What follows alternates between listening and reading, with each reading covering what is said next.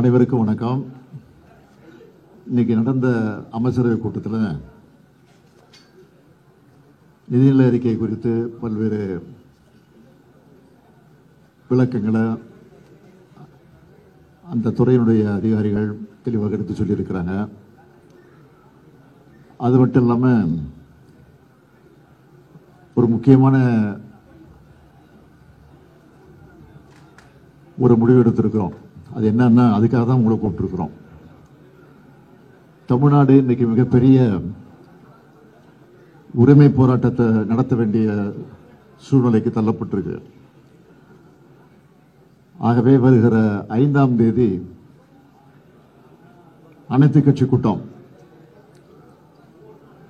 அதாவது பதிவு பெற்றிருக்க தேர்தல் ஆணையத்தில் ரெஜிஸ்டர் ஆகிருக்கக்கூடிய 40 கட்சிகளை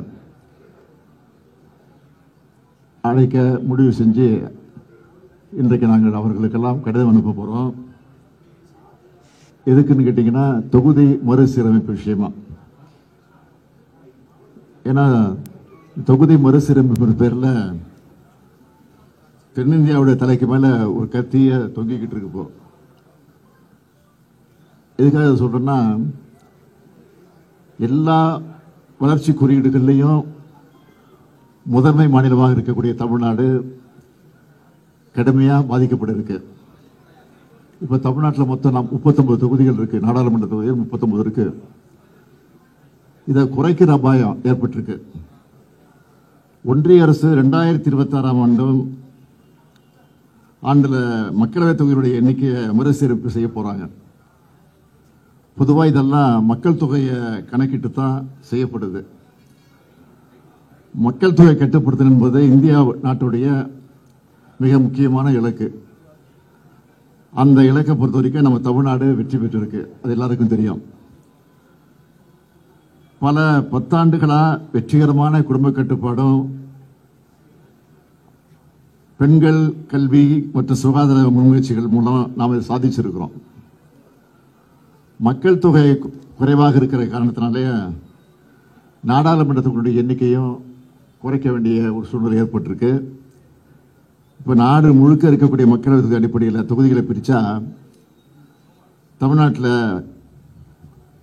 இருக்கக்கூடிய தொகுதிகளில் 8 தொகுதிகளை இழக்க வேண்டிய ஒரு சூழ்நிலை ஏற்பட்டிருக்கு. அதாவது இனி தமிழ்நாட்டுக்கு 39 எம்பிகள் இருக்க மாட்டாங்க, 31 எம்பிகள் தான் இருப்பாங்க. இன்னொரு முறையில் கணக்கிட்டு பார்த்தீங்கன்னா, நாட்டில் ஒட்டுமொத்த எம்பிக்கள் எண்ணிக்கை உயர்த்தி அதுக்கேற்ப பிரித்தாலும் நமக்கு இழப்பு தான் ஏற்படும். நமக்கான பிரதிநிதித்துவம் குறைஞ்சி போயிடும்.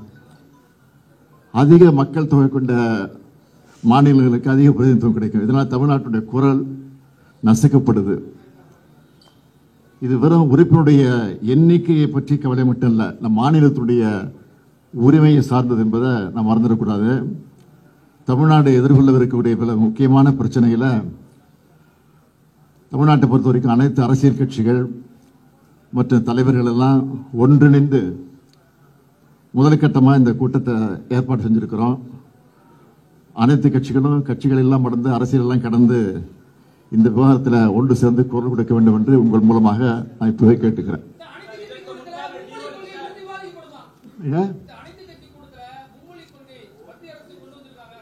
அதாவது இது அனைத்து கேட்டீங்க, மும்மொழி கொள்கை மட்டும் இல்லை, நீட்டு பிரச்சனை, மாநில அரசுக்கு தர வேண்டிய நிதி பிரச்சனை, எல்லா பிரச்சனைகளுக்கும் நீங்கள் கேட்குற மும்மொழி கொள்கை, இந்த பிரச்சனைகளுக்கெல்லாம் தீர்வு காணணும்னா நம்ம எம்பிக்கள் அதிகமாக இருந்தால் தான் குரல் கொடுக்க முடியும். ஆக அதுதான் முக்கியத்துவம். ஆக அதை தான் அடிப்படையை வச்சு தான் கொடுத்து கூட்டம்.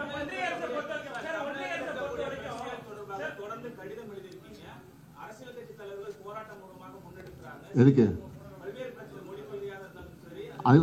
அதுக்கு தொடர்ந்து கொடுத்துக்கிட்டு இருக்கிறோம். இது ஒன்றும் பதில் கிடைக்கல, அமைதியாக தான் இருக்கிறாங்க.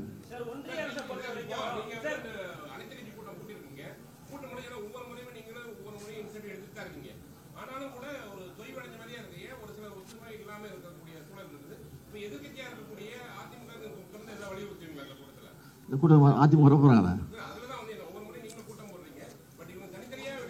இதில் நிச்சயம் குரல் கொடுப்பாங்கன்னு நம்பிக்கை எங்களுக்கு இருக்கு.